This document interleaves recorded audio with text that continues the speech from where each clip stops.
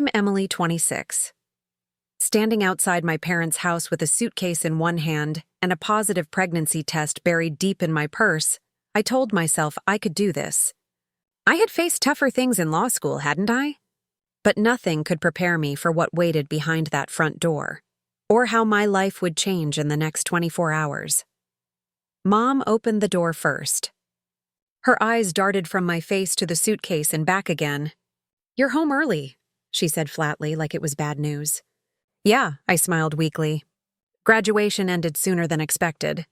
I wanted to tell you something in person." She sighed. "Your father's in the dining room.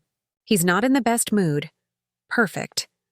The smell of roast beef hit me before I even saw him. Same meal he made every Sunday, same seat at the head of the table, same glass of bourbon beside his plate. But this time, his eyes didn't soften when he saw me. "So," he said, cutting his meat, "did you finally get that fancy diploma?" "I did," I said, setting my bag down.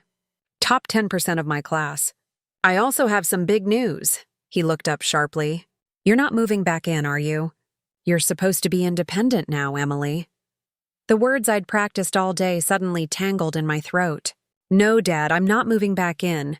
I paused, pressing a hand over my stomach. "I'm pregnant." For a heartbeat, there was silence. Then the fork dropped. "You're what?" Mom's voice sliced through the air. "I'm pregnant. 16 weeks. His name's Daniel." "He's wonderful." "Enough!" Dad slammed his glass down. "You've humiliated us. After all we sacrificed, tuition, rent, everything. This is how you repay us?" "Repay?" I whispered. "It's not a crime to fall in love, Dad." "Love?" He laughed coldly. "You've ruined your future. You're a disgrace to this family." Mom's eyes filled with tears, but not the kind that meant sorrow, the kind that meant embarrassment. "What will people say? Pastor James's daughter, unmarried and pregnant? I have a job offer. I'm engaged. We were waiting until after graduation to tell you." Dad stood up so fast his chair scraped the floor. "Don't bother explaining. Pack your things and go. You're not welcome under this roof. Dad, please, go." And that was it. Years of striving, endless nights of studying, every sacrifice I'd made, erased by one sentence. I walked out with my suitcase and dignity barely intact. The porch light flickered behind me, and for the first time, I realized I had no home to return to. My phone buzzed. "Daniel." "How did it go?" he asked gently. "About as well as getting hit by a train," I said, forcing a laugh. "They kicked me out. Where are you now?" "Standing in the rain outside their house." "I'm coming," he said without hesitation. "Stay right there." 20 minutes later, his car pulled up, headlights slicing through the storm. He stepped out, soaked to the bone, and wrapped his arms around me. "You're never alone again," he whispered. He took me to his parents' house on the hill, the one I'd only seen in photos. I'd worried they'd judge me too, that they'd see me as a burden. But when Daniel's mother opened the door, she just smiled. "You must be Emily," she said warmly. "Come in, sweetheart. You're family now." That night, sitting in their living room with a blanket around me and soup in my hands, I cried for everything I'd lost and everything I'd unexpectedly gained. The next morning, Daniel's father knocked on the guest room door. "Emily," he said kindly, "Daniel told us what happened. You're safe here. Don't you worry about a thing." "Thank you, Mr. Carter," he interrupted. "It's Peter, and you can stop thanking us. This is your home now." I didn't know how to respond. No one had ever said those words to me without strings attached. Weeks passed. Daniel's family treated me like their own daughter. His mother, Grace, took me maternity shopping, insisting on buying everything twice over. His father fixed up a nursery next to their guest room. Meanwhile, I studied for the bar exam, determined to prove to myself that motherhood didn't mean giving up on my dreams. But peace never lasts long when your old life won't let go. It started with a voicemail from my mom. "Emily, please call me.